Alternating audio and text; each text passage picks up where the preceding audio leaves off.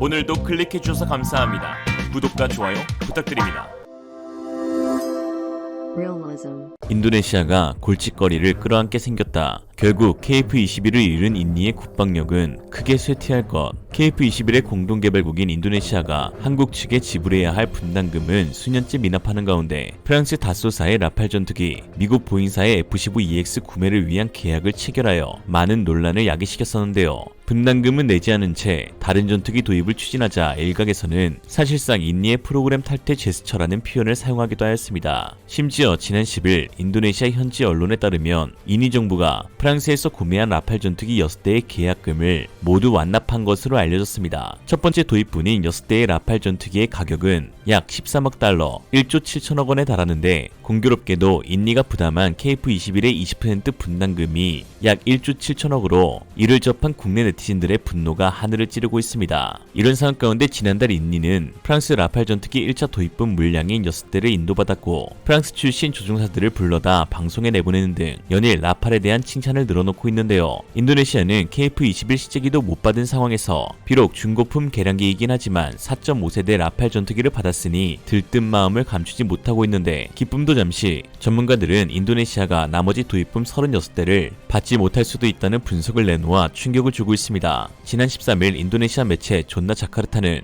결국 자충수 프랑스는 라팔 판매를 위해 부단히 노력하지만 정작 프랑스 조종사들은 전투기에 탑승하지 못해 어려움을 겪고 있다라는 기사에서 라팔이란 이름은 최근 골칫거리가 되고 있는데 제조사인 프랑스 다소 에비에이션 공장의 생산 능력이 뒤떨어지기 때문이다. 전 프랑스 해군 조종사 피에르 앙리는 라팔은 아직 팔 준비가 되지 않았고 완전히 완성되지 않았다. 결국 이러한 문제는 프랑스 공군 조종사들이 정해진 비행 시간을 충족시킬 수 없게 만들었다라고 하였습니다. 즉 생산 라인이 제대로 가동되지 않은 상황에서 프랑스 다쏘사는 무리하게 해외 판매를 진행하였고 결국 예정되어 있던 프랑스 공군 납기마저 미뤄지고 있는데 심지어 해외에 중고품을 껴서 팔아 극심한 재고량 부족으로 조종사들이 훈련할 기체마저 없다는 것인데요. 프랑스 전문 조종사들은 연간 180시간을 비행해야 하는 나토의 기본 요구를 충족하지 못하여 올해 162시간, 내년에는 147시간이 전부일 것으로 예측되고 있습니다. 이에 프랑스 내부에서도 비판의 목소리가 거세지고 있습니다. 프랑스 국회의원인 프랑크 길레티는 군사적으로 우리는 국가의 전투기 조종사들이 더 준비가 되어 있어야 한다며 이러한 혼란은 다쏘사가 라팔 전투기 생산에 어려움을 겪었기 때문이라고 말하였습니다. 프랑스 길레티 의원은 자국 수량 보호 법안을 발의해 재고 확보 이전에 판매 수출 승인 거부권을 행사하도록 조치를 취하고 있는데요. 이로써 인도네시아가 받아야 할 나머지 36대 도입의 시기가 크게 늦춰질 것으로 보입니다.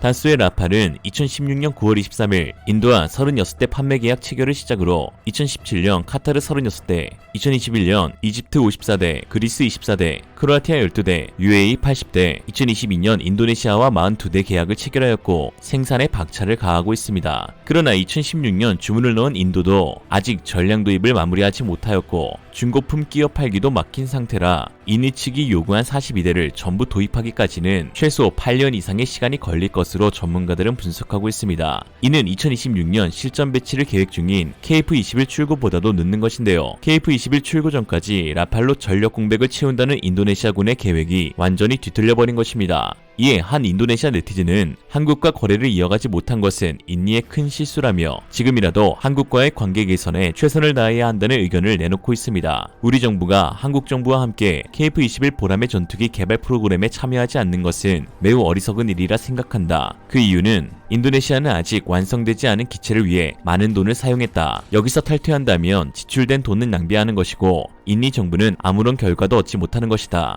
거기다 약속을 깨버려 국제적인 신뢰를 떨어뜨릴 수 있다. 인도네시아와 한국 양국 관계의 협력을 방해하는 걸림돌이 될 수 있다. 이는 인도네시아 정부의 나쁜 이미지를 각인시키는 것이 되는 것이다. 그렇기에 인도네시아 정부는 특히 KF-21 보람의 개발에서 한국 정부와 협력 관계를 지속해야 할 것이라고 하였죠. 이 네티즌이 우려하고 있는 일이 실제로 일어나고 있는데요. 해외 매체 소프랩은 지난 8일 인도네시아가 F-15, KF-21, 라팔 등의 예산 문제로 딜레마에 직면하였다고 하였습니다. 특히 블룸버그에 따르면 F-15EX 도입 관련 인도네시아와 협상을 진행 중인 보잉 경영진들이 인도네시아의 자금 지급 신뢰성에 의문을 제기하면서 일시불이 아니면 구매할 수 없다는 방침을 내놓아 인니가 전 세계적인 개망신을 당하고 있다고 했는데요. 매체 역시 동남아시아 최대 경제국을 상대로 보잉사는 자금에 대한 우려를 표하는 중이라고 꼬집었습니다. 프라부어 수비안토 인도네시아 국방장관은 우리는 분할지불 방식으로 구매할 수 있어야 한다고 분명히 요청했다. 한 번에 모든 것을 할 수는 없다 라고 하였는데,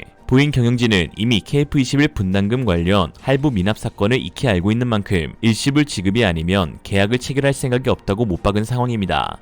인도네시아가 라팔 전투기 6대에 1조 7천억 원을 태우면서 돈이 없다는 그동안의 주장은 모두 허구인 것이 증명되었는데, 왜 인니는 한국과의 약속을 어기면서까지 다른 전투기에 눈을 돌리고 있는 것일까요? 이 뒷배경에는 현 인니 국방부 장관 프라부어가 있습니다. 프라부어는 현 야당을 이끌고 있으며 대통령 조코 위도도와는 정적 관계로 이미 2번의 대선에서 낙선하였지만 2024년 대통령 선거에 대선 주자로 나설 계획입니다. KF-21 공동개발 프로젝트가 전 정부의 업적이 될 것이 뻔한 상황에서 프라부어는 자신의 정치적 입지를 위해 무리한 문어발 전투기 도입 사업을 추진하고 있는 것이죠. 대통령이 되기 위해서 유로파이터 타이푼부터 시작해 라팔, F-15EX, 수호이 35 등 구매할 수 있는 모든 곳에 전부 흘리고 다닌 것입니다. 실제로 프랑스 다스와 미국 보잉사와의 만남 모두 프라부어가 직접 추진하였으며 현지에 방문해 계약 체결을 맺고 온 자도 프라부어입니다. 그는 줄기차게 KF-21에 대한 비판적 목소리를 내었는데, 그 가운데 하나가 한국이 기술 이전을 거부한다는 것입니다. 계약상 존재하지도 않는 기술 이전을 언급하며 KF-21을 비판했던 이유는 자신이 계약을 성사시킨 라팔 전투기의 제작사 다소사가 계약 시 100% 기술 이전을 약속했기 때문이죠.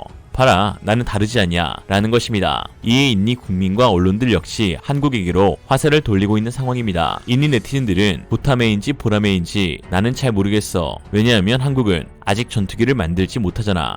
빌어먹을 한국, 인도네시아를 KF-21 프로젝트에서 탈퇴시키고 싶어하는 척하네. 차라리 인도네시아가 먼저 KF-21 프로젝트에서 철수하는 것이 더 낫다. 앞으로 한국에 무슨 일이 일어날지 모르는데 2025년에는 한국이 세계지도에서 사라질 수도 있잖아. 북한이 미사일을 쏘고 있는 마당에 인니의 돈이 한 줌 모래가 되지 않게 해야 돼. 한국인들은 인도네시아를 과소평가하는 경우가 많기 때문에 즉각적인 방법은 준비된 라팔 전투기를 구매하는 것이야. 물론 공동 생산이나 기술 이전을 요구해야 하지 라는 반응입니다. 그러나 라팔의 납기 지연이 이루어지고 있는 가운데 약속했던 기술 이전도 난항을 겪고 있어 프라부어의 자충수가 결국 인니에게 독이 될 것으로 보이는데요. 최근 인도네시아 매체 자카르타 통신이 공개한 라팔 계약 세부 내용에서 42대의 라팔 구매 시 받기로 했던 기술 이전은 초기 계약과 달리 유지 보수에 관한 기술만 제공되고, 추가로 60대의 라팔 전투기를 더 구매해야만 전투기 제조에 필요한 모든 핵심 기술을 받을 수 있는 것으로 밝혀져 충격을 주고 있습니다. 제대로 뒤통수를 맞은 것인데요. 동남아시아의 중국, 인도네시아, 유럽의 중국, 프랑스의 대결에 가슴이 웅장해집니다. 프랑스가 프랑스했고 인니가 인니당했다. 한편 지난 10일 방위사업청은 KF-21 CJ-2호기의 최초 비행도 성공적으로 마쳤다고 밝혔습니다. 이번 시험 비행에 성공한 CJ-2호기는 1호기 대비 조금 더 어두운 색으로 동체에 도색이 되었으며 수직꼬리 날개 또한 검정색 바탕에 노란색으로 도색돼 1호기와의 차별점을 보였는데요. CJ-2호기 비행 조종사는 카이의 진태범 수석 조종사가 맡았고, 약 35분가량의 비행을 마친 그는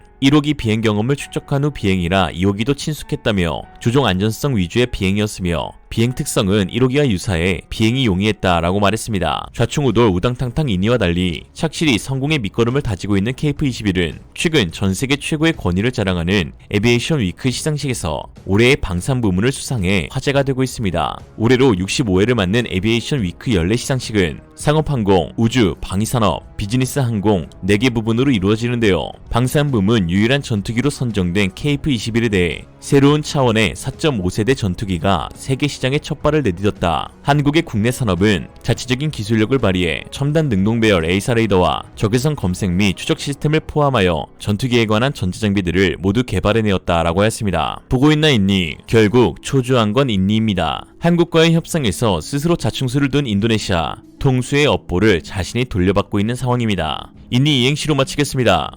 인광보, 누구한테 하는 말이게? 니 이상으로 리얼리즘이었습니다. 여러분의 생각은 어떠신가요? 현명하고 지혜로운 여러분의 의견을 지금 댓글에 남겨주세요. 감사합니다.